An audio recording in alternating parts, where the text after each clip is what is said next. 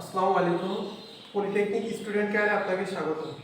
আজকে আমাদের আলোচনার বিষয় ম্যাথমেটিক্স 2 বইয়ের সপ্তম অধ্যায় অর্থাৎ অন্তরীকরণের ধারণা অধ্যায়ে 8-এর 1 নম্বর প্রশ্নটা।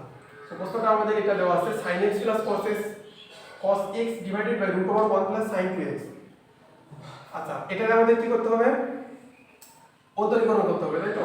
আচ্ছা, তাহলে আমাদের মানে প্রশ্নটা দেখতে অনেক জটিল মনে হলেও সমাধানটা খুবই ইজি, ঠিক আছে? তো এই অঙ্কটা সমাধানের জন্য আমাদের দুইটা সূত্রের প্রয়োজন আছে। সেটা হলো আমরা আগে কি জানি যে sin square x plus cos square x সমান হলো 1, তাই না? আরেকটা কি জানি sin 2a, তার মানে sin square a plus cos square a বা sin square theta plus cos square theta সমান 1। এখানে আমরা থিটা জানি যে sin square theta plus cos square theta সমান 1। তো আমাদের যেহেতু এখানে sin cos এর সাথে x আছে তো আমরা x ই লিখছি আর কি, ঠিক আছে? তো sin 2a, এটা sin 2a সমান কি জানি যে আমাদের যেহেতু এখানে x আছে তো sin 2x লিখলাম আমরা। তো 2x সমান কি হবে? 2 sin a cos a। তবে 2 sin a যদি এখানে থাকে তাহলে এখানে 2 sin a হতো, এখানে 2 cos a হতো, তাই না? তো যেহেতু আমাদের x আছে এজন্য আমরা x এ লিখলাম। তো sin 2 এর সূত্র কাজে লাগবে এবং sin square theta plus cos square থিটার সূত্রটা আমরা এখানে মূলত কাজ লাগাবো। আচ্ছা, এখন উপরে আমাদের কি আছে দেখি। আমাদের লবে মানটা আছে হলো sin x plus cos x, যেটা ছিল সেটা লিখে দিলাম ডিভাইডেড বাই √ওভার দিয়ে দিলাম। এখানে 1, এখানে আমাদের কত দেওয়া আছে 1। তো 1 এর জায়গায় আমরা এই sin square theta plus cos square theta লিখতে পারি। তো যেহেতু x আছে আমরা sin square x plus cos square x টা লিখব। sin square x plus cos square x লিখে দিলাম। আচ্ছা, এখন প্লাস এখন sin 2 এর সূত্র। তো sin 2 এর সূত্র কি? 2 sin a cos a।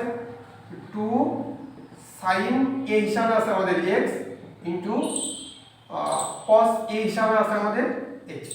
তাহলে আমাদের সূত্র লেখা শেষ। এখন একটু যদি লক্ষ্য করি আমরা, উপরে কি আছে sin x into plus cos x divided. আচ্ছা, এই sin কে আমরা কি a ধরতে পারি, cos কে b ধরতে পারি। তাহলে কি হলো? a স্কয়ার মাঝে আছে প্লাস b স্কয়ার। আচ্ছা, এখানে প্লাস 2 sin এর সমান কি আমাদের a, cos এর সমান b। তাহলে a square plus 2ab plus b square, এটা কিসের সূত্র? a plus b whole square. তো a plus b whole square, এটা হলো a প্লাস b হোল স্কয়ারের সূত্র। তো a plus b whole square a সমান কত আমাদের sin x। তার মানে লিখি রুট ওভার আছে আমাদের, তো রুট ওভারটা লিখে দিলাম। তো sin x তার স্কয়ার থাক দুইটার উপরে a plus b whole square, sorry sin x plus তারপরে a প্লাস b, b কত cos x, তাহলে cos x তার উপরে হোল স্কয়ার, এই যে হোল স্কয়ার দিলাম। কোনো অসুবিধা আছে না? আচ্ছা, এবার দেখি যে তাহলে উপরে আমাদের কি আছে sin x plus cos x divided by, আচ্ছা এই স্কয়ার আর রুট কি বাদ চলে যায় না? তাহলে নিচে কি থাকে? sin x plus cos x থাকে। তো কাটাকাটি করলে আমাদের মানটা কত আসে? 1। আচ্ছা, এখানে আমাদের একটা ভুল হয়েছে, এখানে আমাদের ধরি লিখে নিতে হবে যে ধরি y ইজ ইকুয়াল টু এটা, ঠিক আছে? y ইজ ইকুয়াল টু এটা। আচ্ছা, এখন তাহলে আমরা কি লিখব যে অন্তরীকরণ করে পাই। কি করে পাই?